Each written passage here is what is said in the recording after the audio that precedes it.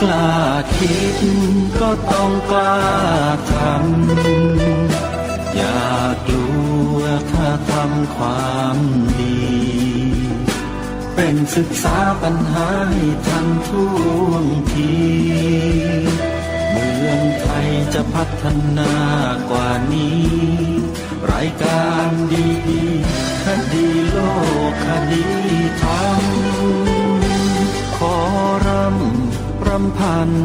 บรรยายความคิดเครื่องหมายแห่งสีทั้งสามงามถนัดขาวคือบริสุทธิ์สี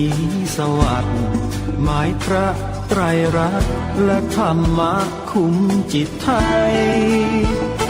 แดงคือโลหิตเราใสซึ่งยอมสละได้เพื่อรักษาชาติศาสนาน้ำเงินคือสีโสภาอันจอมประชาถ้าโปรดเป็นของส่วนองค์จากริ้วเข้าเป็นไตรรงค์จึงเป็นสีธงที่รักแห่งเราชาวไทยทหารอวตารนำไปยงยุทธวิชัยวิชิตก็ชูเกียรติสยามประเทศไทยที่เจริญมั่นคงมาได้จนถึงทุกวันนี้มิได้เกิดขึ้นจากความหวาดกลัวอย่างคลาดเขลาแต่บรรพบุรุษไทยของเราทุกยุคทุกสมัยล้วนแต่มีความกล้าหาญและชาญฉลาดปกป้องเอกราชสร้างชาติให้เกิดความมั่นคงโดยมีธงแห่งพระไตรรัตน์เป็นเครื่องนำชัยจึงเป็นที่มาที่ไปของรายการคดีโลกคดีธรรมกล้าคิดก็ต้องกล้าทำอย่ากลัวถ้าทำความดีเป็นศึกษาปัญหาให้ทันท่วงทีเมืองไทยจะพัฒนากว่านี้รายการดีๆคดีโลกคดีธรรมรายการดีๆคดีโลกคดีธรรม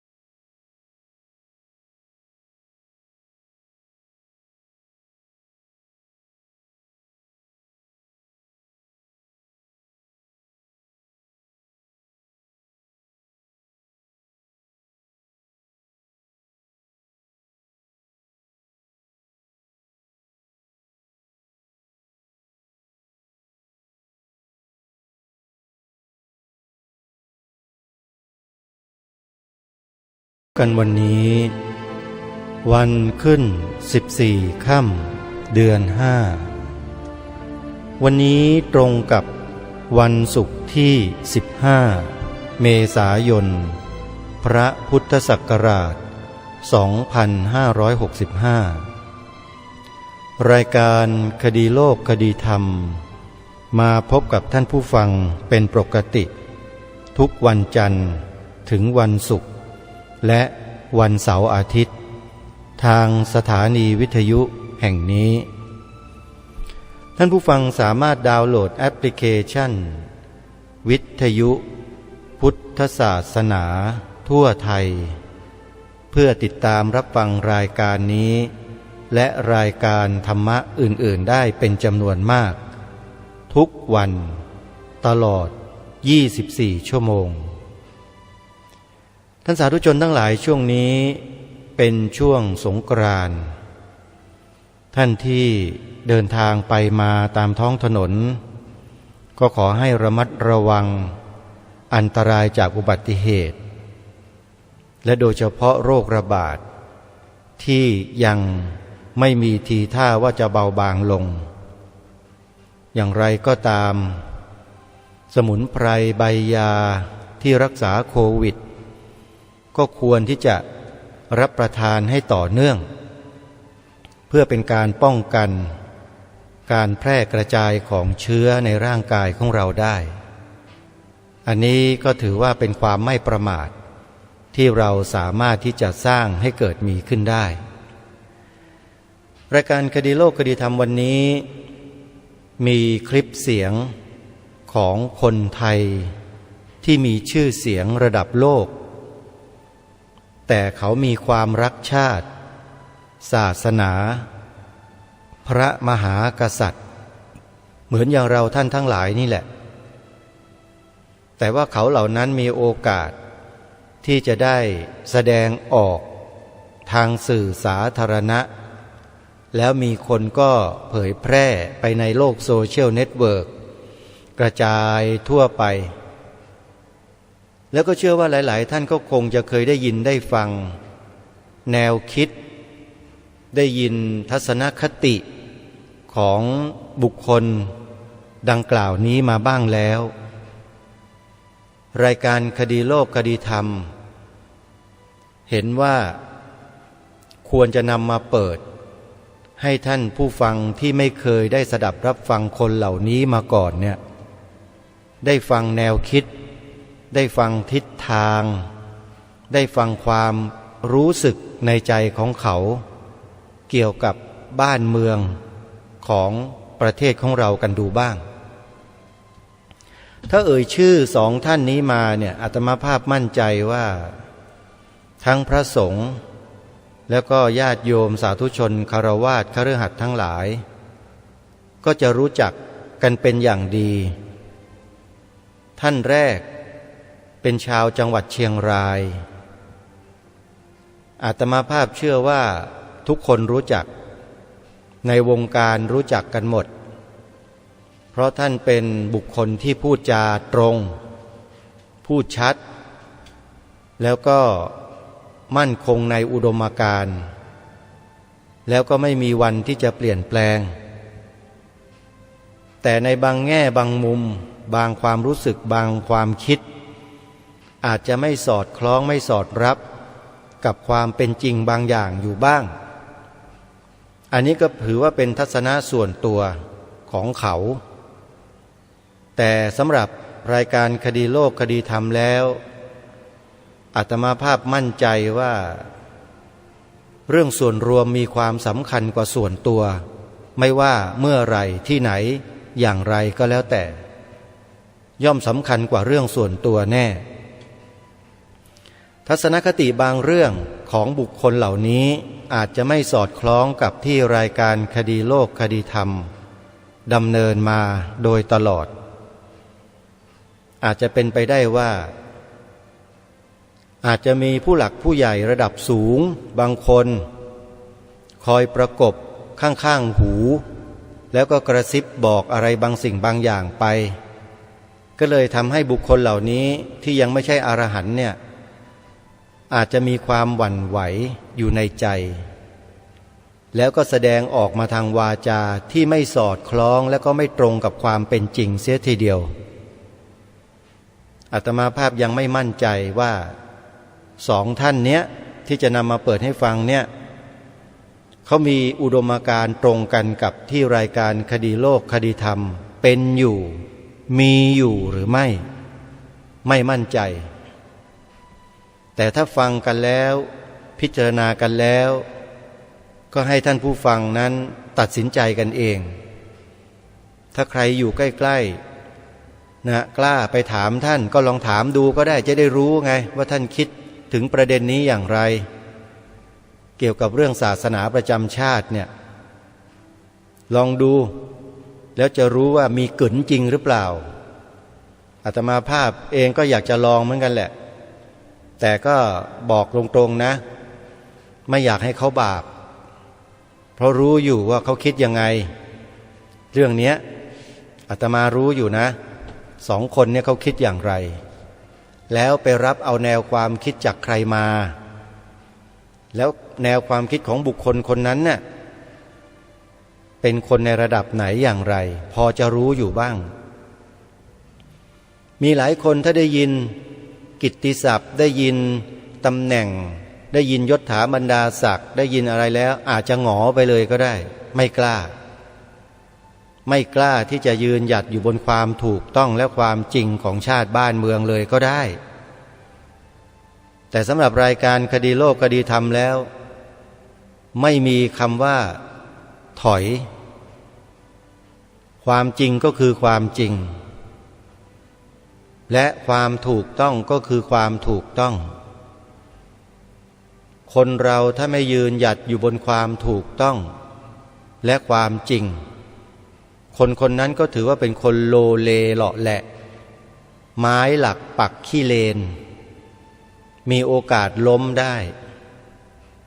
เขาเรียกว่าล้มเหลวทางอุดมการณ์เยอะแยะที่พ่ายแพ้ต่อเหตุปัจจัยที่เข้ามารุมเร้าแล้วก็ถอนตัวนะแล้วก็เลิกแล้วก็ถอยหนีเลิกไม่เอาอะไรเลยกลายเป็นคนเห็นแก่ตัวไปในที่สุดมีอยู่อาตมาภาพก็ติดตามอยู่เหมือนกันหลายคนถามว่าทำไมรายการคดีโลกคดีธรรมจึงต้องยืนหยัดอยู่เช่นนี้เพราะอะไรก็คำตอบเดิมนะท่านผู้ฟังมีคำตอบเดียวเท่านั้นที่เป็นอย่างนี้เพราะเหตุว่ามีจิตสำนึกในบุญคุณของบรรพบุรุษและบรรพชนเขายอมเสียสละชีวิตกันทั้งนั้นเพื่อรักษาสิ่งนี้มาแล้วเราเป็นคนรุ่นหลังที่ได้รับประโยชน์จากท่านเหล่านั้นจะไม่เห็นแก่ตัวโดยที่ไม่ยืนหยัดอยู่บนหลักการและความถูกต้องเหล่านี้อาตมาภาพคิดว่าไม่ควรจะเป็นคนน่ะจริงๆถ้าอยู่ประเทศนี้แล้วเป็นแบบนี้ก็ไม่ควรจะเป็นคนควรจะเป็นอย่างอื่นจะเลือกเป็นอะไรก็เป็นกันไปนะอาตมาภาพไม่อด้วยแล้วก็ไม่ยอมก็จะทำหน้าที่รักษาความจริงและความถูกต้องเหล่านี้ต่อไปใครจะว่ายังไงก็ช่างเพราะนี่คือสิ่งที่อาตมาภาพตั้งใจถ้าเป็นภาษาทางธรรมเขาเรียกว่ามีฉันทะอันแรงกล้าฉันทิฏฐิบาทลองไปหาศึกษาอ่านดูนะว่าคืออะไรฉันทิฏฐิบาทวีริยิทธิบาทจิตติดทิบาทวีมังสาทิบาทเขาเรียกว่าอิทธิบาทสี่ทำอันเป็นเครื่องสำเร็จ4ประการตราบใดที่เรามีธรรม4ข้อนี้มีธรรมหมวดนี้อยู่ในใจแล้วกระทำทั้งทางกายวาจาให้สอดคล้องกันทั้ง3ส่วนคือกายวาจาและใจความสำเร็จอยู่ข้างหน้าแค่เอื้อมนี่ไม่ใช่หวังลมๆแรงๆนะเป็นความหวังที่สามารถให้เป็นไปได้จึงได้มาเชิญชวนพวกเราทั้งหลายเนี่ยให้ร่วมด้วยและช่วยกันยืนหยัดมั่นคงอยู่ในอุดมการณ์ของเราที่ถูกต้องและดีงามอันนี้การบัญญัติโดยลายลักษณ์อักษรให้เป็นข้อกฎหมายไว้ในรัฐธรรมนูญว่าประเทศไทยมีพระพุทธศาสนาเป็นศาสนาประจำชาติเนี่ยเป็นสิ่งที่ดีมีประโยชน์มากทั่วโลกเขายอมรับพระพุทธศาสนาแล้วก็ประกาศให้ศาสนาพุทธนั้นเป็นศาสนาที่ดีที่สุดในโลกมานานแล้ว แล้วการที่ประเทศเราเป็นประเทศพุทธจะเขียนบัญญัติไว้โดยลายลักษณ์อักษรให้เป็นข้อกฎหมายรัฐธรรมนูญว่าประเทศไทยมีพระพุทธศาสนาเป็นศาสนาประจำชาติมันผิดตรงไหนล่ะ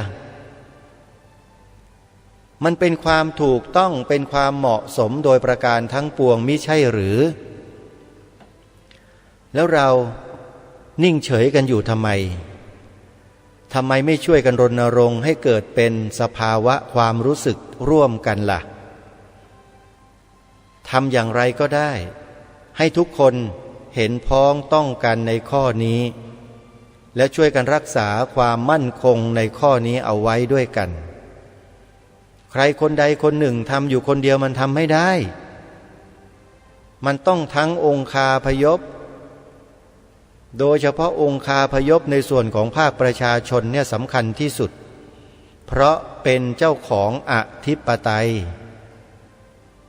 พวกเราเนี่ยเป็นเจ้าของอธิปไตยนะคนที่เขามาสมัครเป็นผู้แทนเราน่ะเขาไม่ใช่เจ้าของอธิปไตยแต่เขาเป็นตัวแทนเจ้าของอธิปไตยไปทำหน้าที่แต่เผอิญ7, 8, 90 ปีที่ผ่านมาทำหน้าที่ไม่สมบูรณ์ทำหน้าที่ไม่เต็มที่ทำหน้าที่ผิดเพี้ยนไม่ตรงตามความเป็นจริงมีประเทศเป็นประเทศที่นับถือศาสนาพุทธมีพระพุทธศาสนาเป็นศาสนาประจำชาติแต่ปล่อยให้ใครก็ไม่รู้มารุกรานพระสงฆ์มาทำลายวัดวาอารามอยู่ทุกวี่ทุกวันโดยที่ไม่มีการแก้ไขให้หมดสิ้นไปถามว่านี่หรือผู้แทนของเจ้าของอธิปไตยนิ่งกันได้ถึงขนาดนี้ถามว่าละเลยการปฏิบัติหน้าที่หรือเปล่าอันนี้ต้องให้หม่อมหลวงการตะพงศ์วรวุฒิหรือหม่อมช้างเนี่ยมาพูดและมาตัดสินให้จึงจะเข้าใจกัน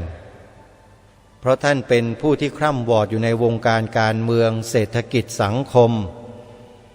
แล้วก็หันมาเอาดีทางด้านศาสนาในช่วงนี้เพราะมาเห็นความสำคัญของพระพุทธศาสนาแล้วก็เดินสายอธิบายเรื่องความมั่นคงของพระพุทธศาสนาและประเทศชาติบ้านเมืองให้กับพี่น้องประชาชนโดยทั่วไปได้สดับรับฟังกันอาตมาภาพเองก็ถือว่าเป็นส่วนหนึ่งที่มีส่วนร่วมทำให้หม่อมหลวงการตะพงศ์วรวุฒิหม่อมช้างนั้นเป็นที่รู้จักและยอมรับของผู้คนเป็นจำนวนมาก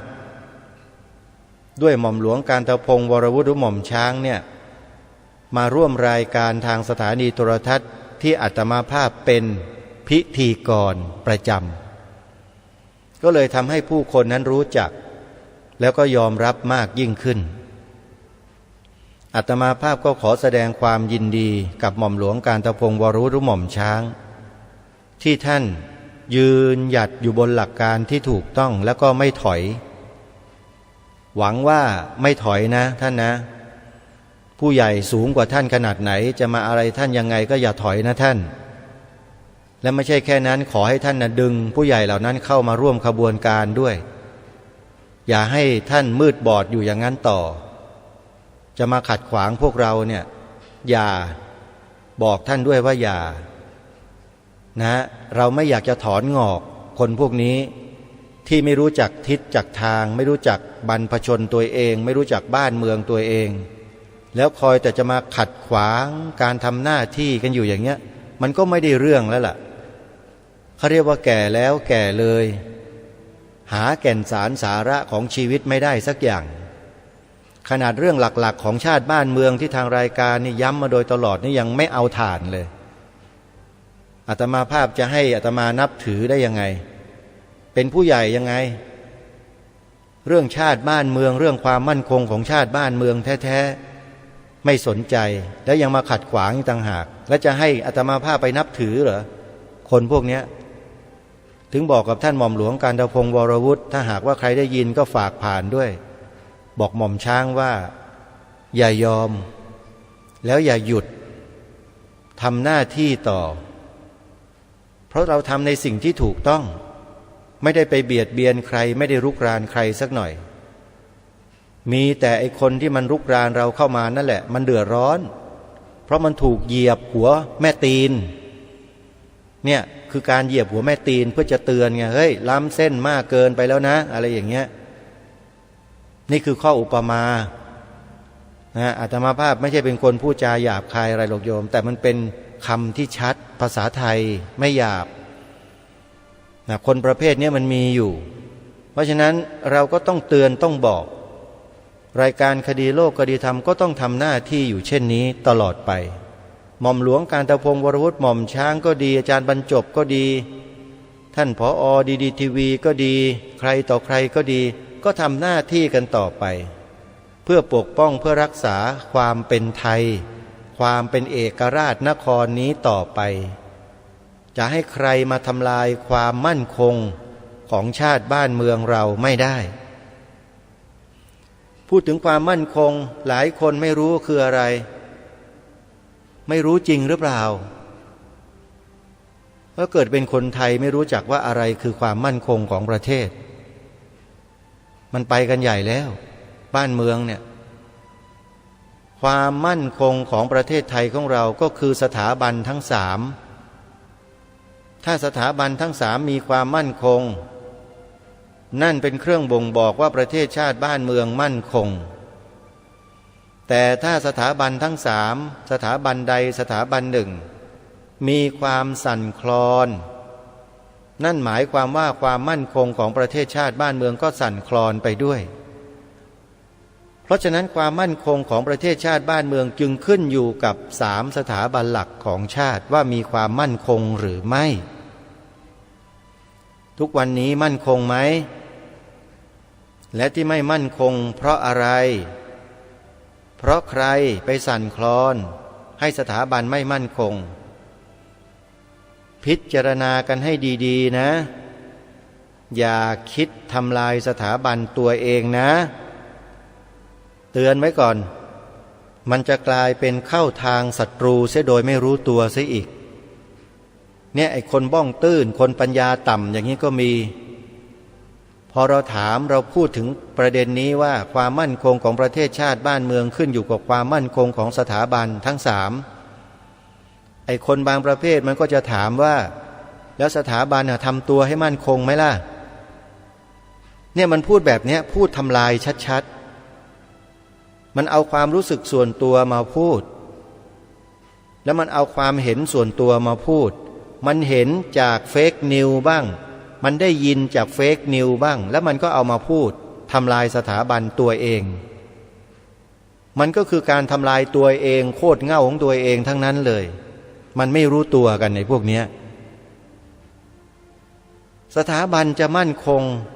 ประเทศชาติจะมั่นคงก็เพราะพวกเรามีความมั่นคงอยู่ในใจด้วยประชาชนอย่างเรานี่แหละถ้าประชาชนอย่างพวกเราไม่มีความมั่นคงอยู่ในใจบนหลักการที่ถูกต้องสถาบันจะมีความมั่นคงไปได้โดยลำบากและยากเพราะประชาชนส่วนมากไม่เข้าใจและมีความเข้าใจผิดอันตรายนะไอ้ความเข้าใจผิดเนี่ยรายการคดีโลกคดีธรรมและรายการของครูบาอาจารย์เราทั้งหลายจึงพยายามสร้างความเข้าใจที่ถูกต้องให้เกิดขึ้นรายการคดีโลกคดีธรรมจึงเชิญชวนครูบาอาจารย์วิทยากรเจ้าของรายการทั้งหลายช่วยกันพูดช่วยกันอธิบายความให้คนในยุคนี้ได้เข้าใจให้ตรงกันเพื่อรักษาความมั่นคงของชาติบ้านเมืองเอาไว้วัตถุประสงค์และเป้าหมายมีเท่านี้เลยไม่มีอย่างอื่นเลยต้องการให้ช่วยกันรักษาความมั่นคงของประเทศชาติบ้านเมืองไว้โดยสร้างจิตสามัญสำนึกให้แก่ตัวเราเองและคนที่อยู่ใกล้ชิดเราเกี่ยวข้องกับเราให้ได้ก่อนอย่างคำพูดที่ให้กล่าวว่าพระพุทธศาสนาเป็นศาสนาประจำชาติไทยของเราเนี่ยถ้าทุกคนเงียบไม่พูดเก็บทิ้งไม่สนใจความรู้สึกในใจเกี่ยวกับเรื่องนี้มันจะมีเหลือไหมมันจะมีเป็นเชื้อไหม ไม่มีเลย เมื่อไม่มีสิ่งนี้เป็นเชื้ออยู่ในใจพอมีคนมาพูดทำลายพอมีคนมาพูดปฏิเสธพอมีคนมาพูดบิดเบือนบอกว่าประเทศนี้ไม่ได้มีศาสนาพุทธเป็นศาสนาประจำชาติสักหน่อยแล้วเราจะมีความคิดความเห็นความรู้สึกกับคนพวกนั้นอย่างไร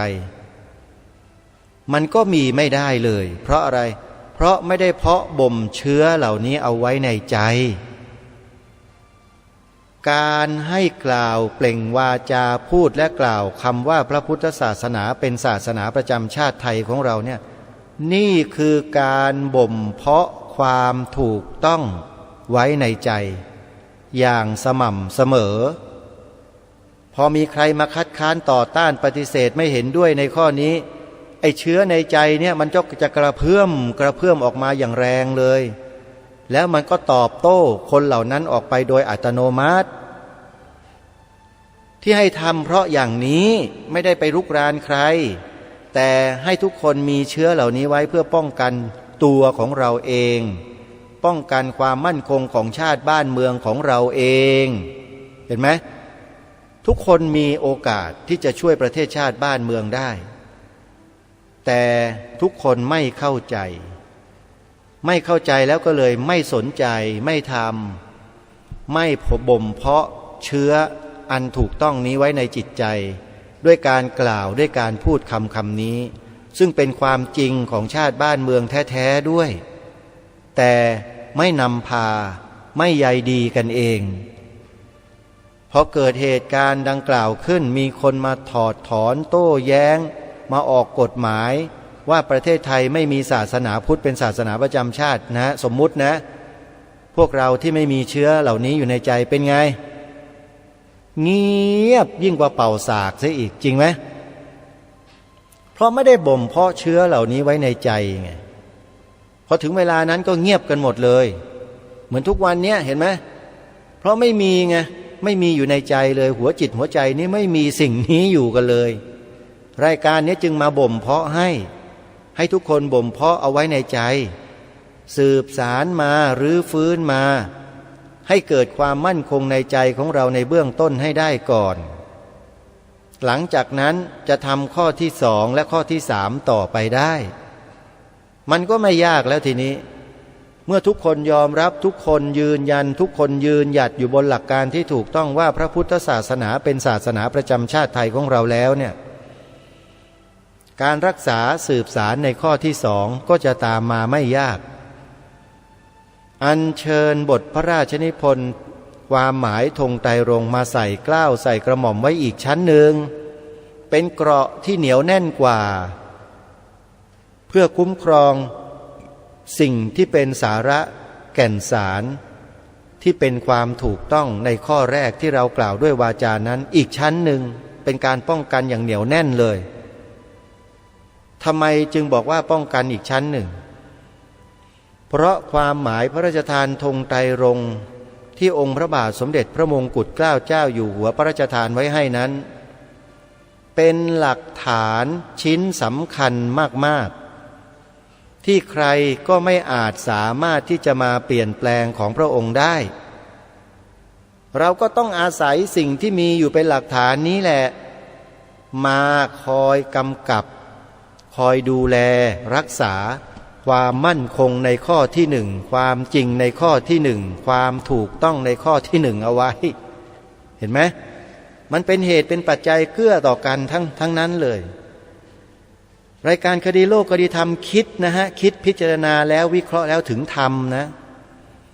ไม่ใช่นึกสนุกก็เอาขึ้นมาตั้งเสร็จแล้วก็บอกทุกคนท่องโดยไม่มีเหตุผลไม่ได้โง่อย่างนั้นนิยม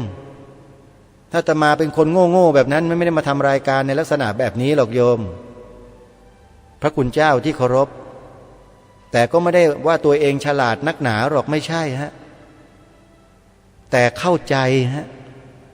มีความเข้าใจสถานการณ์ที่กำลังเป็นไปอยู่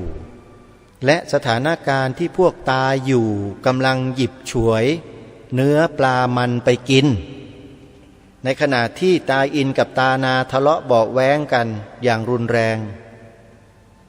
อันนี้เป็นข้ออุปมาให้เห็นภาพรวมในประเทศไทยของเราที่ผ่านมาพอจะเข้าใจกันบ้างไหมโยมที่ให้ทำกันเนี่ยมีเหตุผลนะมีเหตุผลที่มาที่ไปชัดแล้วก็พิจารณาแล้วดูแล้วว่าสามารถที่จะรักษาความมั่นคงในใจของคนไทยไว้ได้อันดับที่หนึ่งได้แน่นอนเพราะสิ่งนี้จะถูกฝังอยู่ในหัวจิตหัวใจตลอดถ้าเราได้กล่าวถ้าเราได้ท่องจำในสองข้อนี้ไม่หนีไปไหนเลยไม่หนีไปไหนตลอดชีวิตหยิบยกขึ้นมาเมื่อไหร่ก็จำได้ขอร่ำรำพันบรรยายความคิดเครื่องหมายแห่งสีทั้งสามงามถนัดขาวคือบริสุทธิ์สีสวัสดิ์หมายพระไตรรัตน์และธรรมะคุ้มจิตไทยแดงคือโลหิตเราไส้ซึ่งยอมสละได้เพื่อรักษาชาติศาสนาน้ำเงินคือสีโสภาอันจอมประชาถ้าโปรดเป็นของส่วนองค์จัดริ้วเข้าเป็นไตรรงค์จึงเป็นสีธงที่รักแห่งเราชาวไทยทหารอวตารนำไปยงยุทธวิชัยวิชิตก็ชูเกียรติสยามมีใครมาลบออกได้บ้างอะสิ่งที่เราจำได้แล้วเนี่ยลบไม่ได้นี่ไงเขาเรียกว่าทำความมั่นคงไว้ในหัวใจทำเอาไว้เพื่ออะไรเพื่อป้องกันศัตรูผู้จู่เข้ามารุกรานพวกเราเพื่อให้เราสิ้นสลายเผ่าพันธุ์ความเป็นไทยเป็นการป้องกันอย่างดีเลยนี่หัวจิตหัวใจเรานี่แหละและเมื่อมีอยู่ในใจแล้วกรอบข้างนอกเดี๋ยวตามมาหนีไม่พ้นนะยังไงก็ต้องตามมายังไงก็ต้องตามมาแน่นอนตัวบทกฎหมายลายลักษณ์อักษรเดี๋ยวเกิดขึ้นเชื่อสิเพียงพวกเราเนี่ยช่วยกันทำไว้ในหัวใจของเราให้หนักแน่นมั่นคงให้ได้ขาวคือบริสุทธิ์สีสวัสดิ์เฉพาะท่อนนี้ท่อนเดียวเนี่ยท่านตีความที่ว่าคืออะไรให้ทุกท่านตีความดูขาวหมายถึงสีขาวในธงชาตินะอันนี้เป็นบทพระราชนิพนธ์ขององค์รัชกาลที่6ขาวคือบริสุทธิ์สีสวัสดิ์คำว่าบริสุทธิ์สีสวัสดิ์หมายถึงอย่างไรบริสุทธิ์ด้วยสีสวัสดิ์ด้วยหมายถึงสิ่งที่บริสุทธิ์ผุดผ่องเพียวทรายไม่มีสิ่งเจือปนใดๆทั้งสิ้นเรียกว่าบริสุทธิ์สีสวัสดิ์พระองค์พระราชทานกำกับไว้ยืนยันไว้ชัดว่าสีขาวคือความบริสุทธิ์สีสวัสดิ์ทีนี้อะไรล่ะคือความบริสุทธิ์สีสวัสดิ์สะอาดสะอ้านสีขาวเนี่ยไม่มีสิ่งเจือปนพระองค์ท่านก็ทรงนำสิ่งเหล่านี้ใส่ในสีขาวทันทีหมายพระไตรรัตน์และธรรมะคุ้มจิตไทยคืออะไรพระไตรรัตน์คืออะไรธรรมะที่ออกมาจากพระไตรรัตน์คืออะไรพระไตรรัตน์ก็คือพระรัตนตรัยพระรัตนตรัยนั่นเองแก้วสามประการคือพระพุทธพระธรรมพระสงฆ์ถามว่าพระพุทธพระธรรมพระสงฆ์ที่ชื่อว่าพระรัตนตรัยนั้นมีอยู่ในศาสนาใดแล้วสีขาวในธงชาติไทยหมายถึงศาสนาอะไรล่ะศาสนาพุทธเท่านั้นเพราะทำไมถึงบอกว่าเท่านั้นบริสุทธิ์สีสวัสดิ์นี่ไงคำนี้ไงที่ยืนยันว่าเท่านั้นไม่มีสิ่งอื่นไม่มีศาสนาอื่นมาเกี่ยวมาเจือมาปนแม้แต่นิดเดียวรายการนี้จึงยืนหยัดในสิ่งนี้มาโดยตลอดเพื่อบอกให้พวกเราได้ช่วยกันทำไว้ในหัวจิตหัวใจให้หนักแน่นมั่นคงกันทุกคนแล้วตีความให้ถูกต้องตรงกันอย่างที่กล่าวไปเมื่อสักครู่นี้สีขาวหมายถึงพระพุทธศาสนาเท่านั้นเราไม่ได้รังเกียจคนศาสนาอื่นนะแต่นี่คือหลักการของประเทศชาติบ้านเมืองนี้ถ้าคนศาสนาอื่นเห็นว่าเราทำเราพูดเราแสดงออกอย่างนี้ไม่ถูกต้องไม่ดีไม่เหมาะอะไรต่างๆเนี่ยเราก็จะถามกลับไปว่าพวกแกเนี่ยไม่รู้จักหัวนอนปลายตีนของตัวเองซะแล้วเนี่ยถ้ามาพูดแบบนี้นะอาตมาก็จะ พูดไปแบบนี้ไม่รู้จักหัวนอนปลายตีนตัวเองเลยแค่นี้พออย่าให้พูดมากกว่านี้เดี๋ยวโยมฟังกันไม่ได้ก็จะย้อนกลับไปแบบนี้เลยสำหรับคนพวกนี้นี่คือหลักการของประเทศชาติบ้านเมืองที่รายการคดีโลกธรรมปรารถนาให้พวกเราคนไทยทุกคนไม่ว่าพระว่าเณรว่าชีว่าอุบาสกบาสิกานุ่งขาวนุ่งดำนุ่งแดงนุ่งเหลืองฆราวาสต้องช่วยกันรักษาสิ่งนี้กันไว้เพราะที่ผ่านมามันมีหลักฐานยืนยันชัดเจนว่ามีกลุ่มคนจำนวนหนึ่งชักน้ำเข้าลึกชักศึกเข้าบ้านต้องการจะล้มล้างสถาบันของประเทศไทยของเราให้ระเนระนาดให้ได้จึงเกิดเหตุการณ์ต่างๆที่ทำลายสถาบันของเราไม่หยุดไม่หย่อนจริงหรือไม่ท่านว่าจริงไหมนั่นแหละคือหลักฐานที่ทางรายการยืนยันมาโดยตลอดว่าบ้านเมืองเราไม่เป็นปกตินะมีภัยคุกคามอยู่ตลอดเวลานะแต่พวกเราก็ไม่พยายามทำความเข้าใจกันพวกเราก็พยายามที่จะหลบเลี่ยงพยายามปฏิเสธพยายามไม่เห็นด้วยพยายามซุบซิบนินทารายการคดีโลกคดีธรรมสนุกปากนะตำหนิอย่างนั้นอย่างนี้พูดอวยตัวเองครูบาอาจารย์ตัวเองอย่างนั้นอย่างนี้กล่าวหารายการนี้อย่างนั้นอย่างนี้แล้วสุดท้ายทำไงเลิกไม่ร่วมด้วยไม่เอาด้วยเคยออกรายการอยู่เป็นปกติก็เลิกออกไปเลยอะไรอย่างเนี้ยเคยมีนะเคยมีท่านผู้ฟังก็คงจะทราบว่าเป็นอย่างไรแปลว่าเลาะแหละโลเลอ่อนไหวง่ายเหมือนกับสำลีที่ท่านพระอาจารย์สมภพโชติปัญโยว่าน่ะลมพัดมาจากตะวันออกก็ปลิวไปทางตะวันตกพอลมพัดมาจากตะวันตกก็ปลิวไปทางตะวันออกไอ้พวกนุ่นไม่มีจุดยืนแล้วคนแบบนี้หรือที่จะรักษาความมั่นคงของประเทศชาติบ้านเมืองเอาไว้ได้อะไม่มีทางฮะแค่นี้ก็ล้มแผะปลิวไปตามลมแล้วจะไปรักษาความเป็นเอกราชบ้านเมืองนี้ได้อย่างไรเพราะฉะนั้นสิ่งที่รายการคดีโลกคดีธรรมพูดมาโดยตลอดว่าให้ทำหน้าที่กัน3 ข้อเนี่ยจึงเป็นเหตุเป็นผลมีที่มาที่ไปและสามารถประเมินผลได้ด้วยถ้าทำกันจริงๆประเมินได้เลยว่าความมั่นคงของประเทศจะกลับมาแต่ที่ความมั่นคงของประเทศมันสั่นคลอนเพราะพวกเราไม่มีอะไรในใจแบบนี้เลยไงไปถามเท่าไหร่ก็ตอบกันไม่ได้สักคนหนึ่งทุกวันนี้ก็เหมือนกันลองถามดิสีขาวในธงชาติไทยหมายถึงศาสนาอะไรลองไปถามกันดูดิทุกวงการในประเทศนี้ทั้งพระทั้งโยมทั้งข้าราชการทั้งหมดด้วยทั้ง3เหล่าทัพกรมตำรวจทั้งข้าราชการพลเรือนกระทรวงทบวงกรมหน่วยงานไหนไปถามดูสิสีขาวในธงชาติไทยหมายถึงศาสนาอะไรลองดูซิว่าจะมีกึ๋นกันอยู่ข้างในไหมจะตอบว่าอย่างไรไม่ยากเลยเห็นไหมแต่ทำไม่ได้เป็นเพราะอะไรถึงทำไม่ได้ถึงไม่กล้าทำกันเพราะอะไรถามตัวท่านเองกันดูนะถามดูไม่ต้องมาชี้หน้าคนอื่นคือถ้ารายการคดีโลกคดีธรรมทำไม่ได้ก็จะไม่พูดแล้วก็จะไม่ท้าทายชวนพวกท่านหลายๆคนให้ทำด้วยเพราะทำมาถึง20 กว่าปีแล้วศึกษาวิเคราะห์สถานการณ์บ้านเมืองมานานมากและไม่ใช่นั่งเทียนนะออกไปลุยมาข้างหน้าด้วยแนวหน้าด้วยซ้ำไป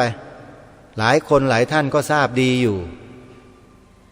เห็นด้วยตัวเองประจักษ์แจ้งด้วยตัวเองสัมผัสด้วยตัวเองรู้ด้วยตัวเองทั้งนั้นจากการลงพื้นที่เกาะติดสถานการณ์มาโดยตลอดจึงกล้าที่จะมาพูดแบบนี้ไงถ้าไม่รู้จริงไม่พูดรายการนี้ไม่พูดนะฮะเพราะนั้นสิ่งที่ขอให้พวกเราได้ช่วยกันฝังสิ่งเหล่านี้ไว้ในหัวจิตหัวใจเติมสิ่งเหล่านี้เข้าไปในหัวจิตหัวใจเราเนี่ย จากที่เราไม่เคยสนใจไม่ใส่ใจกันแล้วก็ไม่มีเหลืออยู่ในใจกันแล้วเนี่ยความมั่นคงในใจไม่มีแล้วเนี่ยกลับมารักษาหรือเพิ่มพูนความมั่นคงในใจในข้อนี้ให้ได้แล้วเดี๋ยวความมั่นคงที่เกิดขึ้นจากอะไรต่างๆข้างนอกมันมาเองเนี่ยอันนี้สำคัญมันเป็นเหตุเป็นปัจจัยกันนะท่านทำเป็นเล่นไปวจีกรรมเป็นปัจจัยให้เกิดมโนกรรม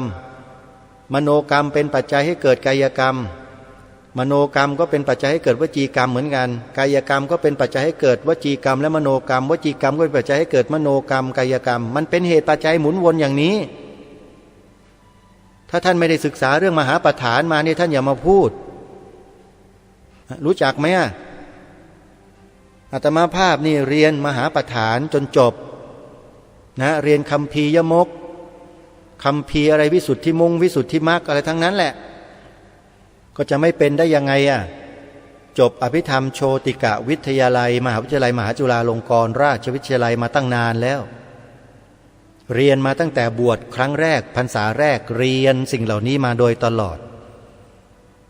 อาตมาภาพไหนๆก็พูดถึงแล้วก็พูดให้ฟังนิดหนึ่งโยมสมัยอาตมาภาพเรียนพระอภิธรรม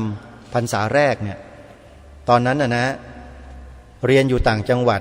ไม่ได้อยู่ส่วนกลางที่อชวนี่หรอกอภิธรรมโชติกาวิทยาลัยเนี่ยอยู่นู่นวัดพนมพนาวาสเนี่ยเข้ากรรมฐานอยู่ที่นั่นพอครึ่งพรรษาหลังก็ออกกรรมฐานแล้วก็เรียนนักธรรมเรียนอภิธรรมเรียนไปเรียนไปท่องไปเรียนไปทั้งนักธรรมทั้งอภิธรรมเรียนไปจนกระทั่งถึงเวลาสอบก็ไปสอบกับเขาก็สอบที่นั่นแหละเขาส่งผู้คุมสอบจากส่วนกลางไปคุมสอบที่วัดพนมพนาวาสอาตมาภาพก็สอบตามที่เรียนนั่นแหละเป็นอัตนัยทั้งหมดคือข้อเขียนทั้งหมดเลยไม่มีกรรมกขอคองกากบาทวงกลมไม่มีในสายของธรรมะไม่มีมีแต่อัตนัยทั้งหมดปรากฏว่าปีแรกเรียนพระอภิธรรมลงสอบกันประมาณ1,000 กว่าชีวิตทั่วประเทศที่ส่งเข้าสอบจุลตรี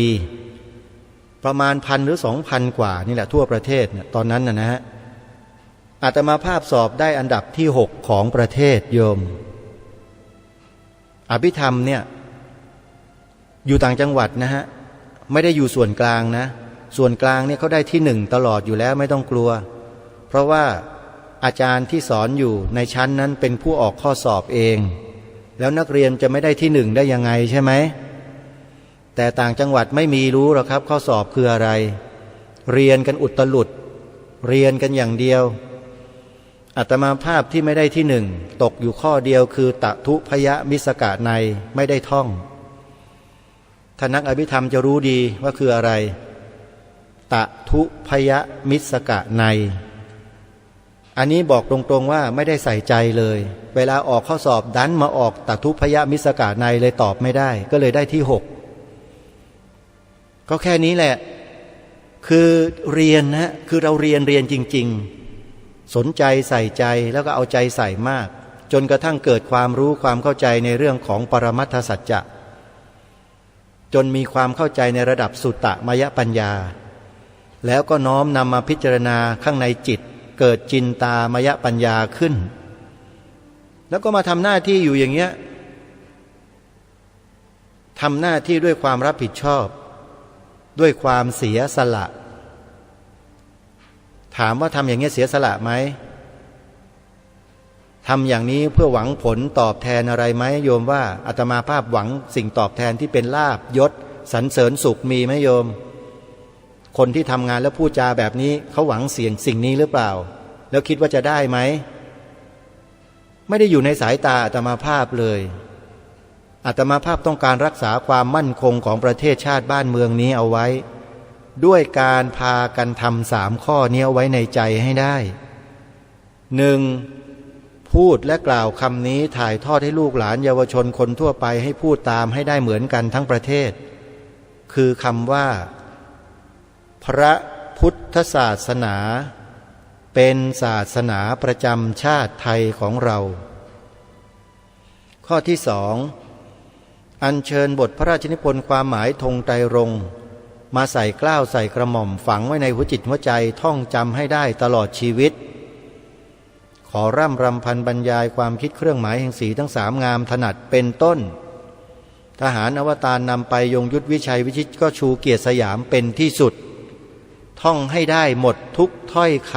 ำอยู่ในหัวจิตหัวใจฝังเอาไว้ให้แน่น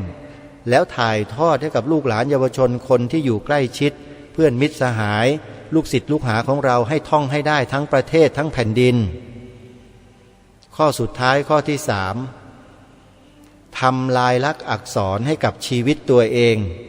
ให้มีหลักฐานยืนยันไว้ว่าเราคือพุทธมามกะโดยการขึ้นทะเบียนเขียนใบสมัครปฏิญาณตนเป็นพุทธมามกะตลอดชีวิตตามรอยเบื้องพระยุคลบาท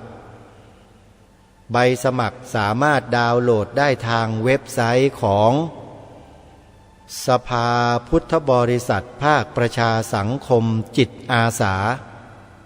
www.vbcs-66.com www.vbcs-66.com นั่นแหละคือเว็บไซต์ของสภาพุทธบริษัทภาคประชาสังคมจิตอาสาที่อาตมภาพเป็นผู้ก่อตั้งในประเทศนี้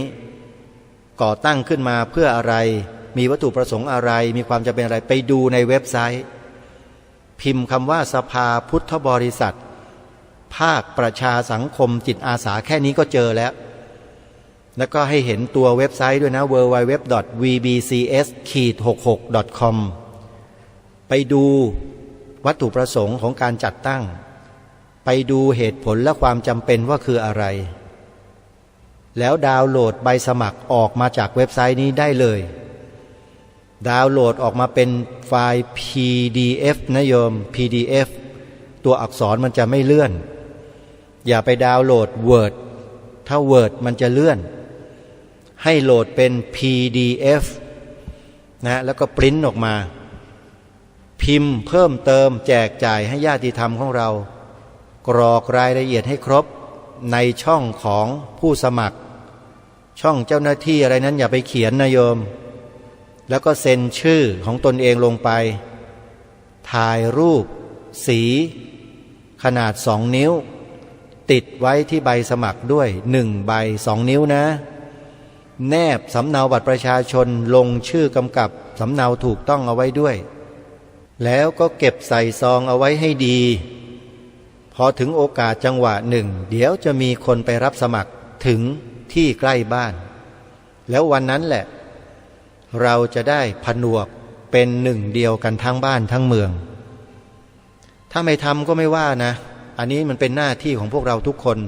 ที่เราต้องสร้างให้กับตัวเราเองเป็นบุญเป็นกุศลเป็นมหามงคลอย่างยิ่งนะสิ่งที่พาให้ทำเนี่ยเป็นสิ่งที่เป็นมงคลเป็นมหามงคลอย่างยิ่งแก่ชีวิตใครทำได้ครบ3 ข้อนี้เจริญรุ่งเรืองโดยส่วนเดียวไม่มีตกต่ำทั้งในอัตภาพนี้และอัตภาพที่2และอัตภาพต่อๆไปหมายถึงพบหน้าชาติหน้าไม่มีตกต่ำแน่นอนเพราะมีความมั่นคงอยู่ในใจตลอดอันนี้ขอฝากท่านผู้ฟังเอาไว้อีกครั้งหนึ่งในเรื่องที่เคยกล่าวเคยเชิญชวนพวกเราได้ทำกันตรงนี้ซึ่งเชื่อว่าหลายท่านที่ฟังวันนี้ก็คงจะเข้าใจเพิ่มมากขึ้นว่าทำไมจึงต้องมาทำหน้าที่3 ข้อนี้หวังว่าสิ่งนี้จะถูกเผยแพร่และกระจายขยายไปให้ทั่วแล้วก็หวังเป็นอย่างยิ่งว่าชาวพุทธและคนไทยจะเกิดความมั่นคงในใจด้วยหลักการ3 ข้อนี้เพิ่มมากขึ้นและจนกระทั่งเต็มประเทศแล้วก็ช่วยกันสืบสารพระราชปณิธานของพระราชบรรพบุรุษไทยของเราสืบต่อไปด้วยกันวันนี้เวลาของรายการหมดลงแล้วอาตมาภาพต้องขอสมมุติยุติไว้แต่เพียงเท่านี้ไว้พบกันใหม่ในวันต่อไปขอความสุขความสวัสดีในธรรมแห่งองค์สมเด็จพระบรมศาสดาสัมมาสัมพุทธเจ้าจงปรากฏเกิดมีขึ้นในจิตใจ ของท่านผู้ฟังทุกท่านทุกคนเทินขอเจริญพร ถ้าทำความดี เร่งศึกษาปัญหาให้ทันท่วงที เมืองไทยจะพัฒนากว่านี้ รายการดีๆ คดีโลกคดีธรรม ขอรำพันบรรยาย ความคิดเครื่องไม้แห่งสีทั้งสามงามถนัด